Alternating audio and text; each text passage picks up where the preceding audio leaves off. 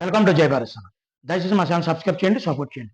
Voluntary వ్యవస్థ అనేది ఈ రాష్ట్రంలో ప్రభుత్వం అనవసరంగా ఖర్చు పెడుతున్న వ్యవస్థలు ఇది ఒకటని చాలా మంది అంటుంటారు.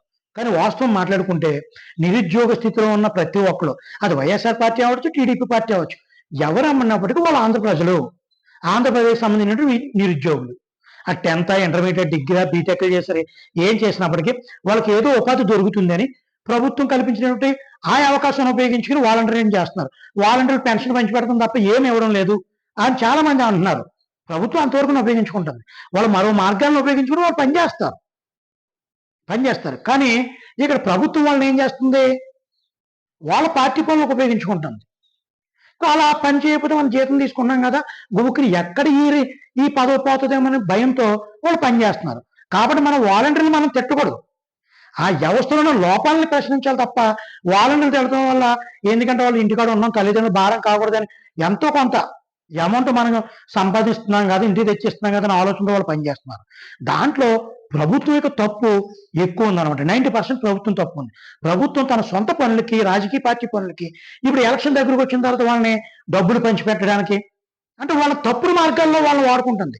చీరలు పంచిపెట్టడానికి, రేపు పొద్దున ఎలక్షన్ వస్తే మీరే పని చేయాలి, మీరే బాగా పనిచేసి మీరే ప్రభుత్వాన్ని నెగ్గించాలి. నిజంగా ప్రభుత్వాన్ని నెగ్గిస్తే రేపు పొద్దున మళ్ళీ ఎలా ఉంటారంటే, వాళ్ళు ఏం చెప్తే చేసే పరిస్థితులు ఉంటారు వాలంటీర్లు.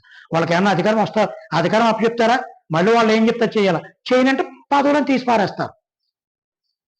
వాలంటీర్ వ్యవస్థ అనేది అదేమి నిత్యం ఉండేది కాదు, నిత్యం ఉండవలసిన, చట్టం ప్రకారం ఉండవలసింది ఏం కాదు.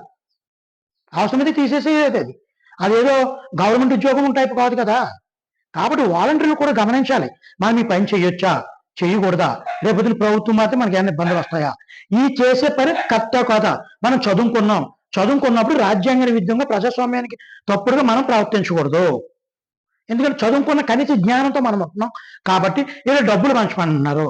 మనం ఈ పార్టీ మనకు అవకాశం కల్పించింది కదా అని మనం తప్పుడు మార్గాలు వెళ్ళకూడదు అనేది వాళ్ళు ఆత్మపరిశీలన చేసుకోవాలి. ఎందుకంటే పని చేయించుకోడు ఏ విధంగానైనా చేయించుకుంటాడు.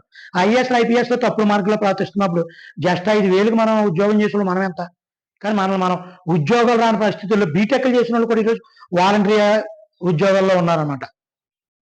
అటువంటి పరిస్థితుల్లో మనం ఉన్నప్పుడు మనం ఆలోచించుకోవాలి. కాబట్టి చాలా మంది ఎమ్మెల్యేలు, మీరు మనకు పనిచేయాలి, డబ్బులు మీరే పంచాలి, ఎలక్షన్లో మమ్మల్ని మీరే గెలిపించాలి.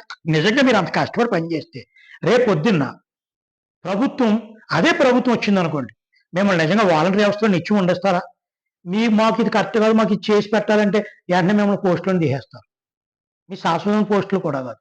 కాబట్టి వాలంటీర్లు ఇప్పుడు అవకాశం ఉంది కాబట్టి మేము కాగితాలు ఇచ్చి అవి ఇచ్చి మేము ప్రసారం చేసుకుని మిమ్మల్ని ముందెట్టి ఏదో అడావుడు చేయాలి అవకాశం కోసం. ఏ రాజకీయ పార్టీ అయినా రేపు పొద్దున్న మరో పార్టీ వచ్చిందానికి అధికారంలోకి మిమ్మల్ని కొనసాగించారనుకో, వాళ్ళు అలాగే వాడుకుంటారు. కాబట్టి శాశ్వతమైన ఉద్యోగుల కోసం ప్రయత్నించాలని నిరుద్యోగులైనటువంటి ఈ రాష్ట్ర యువతను కోరుకుంటూ సెలవు తీసుకుంటున్నాను. జై భీమ్ అందరికీ.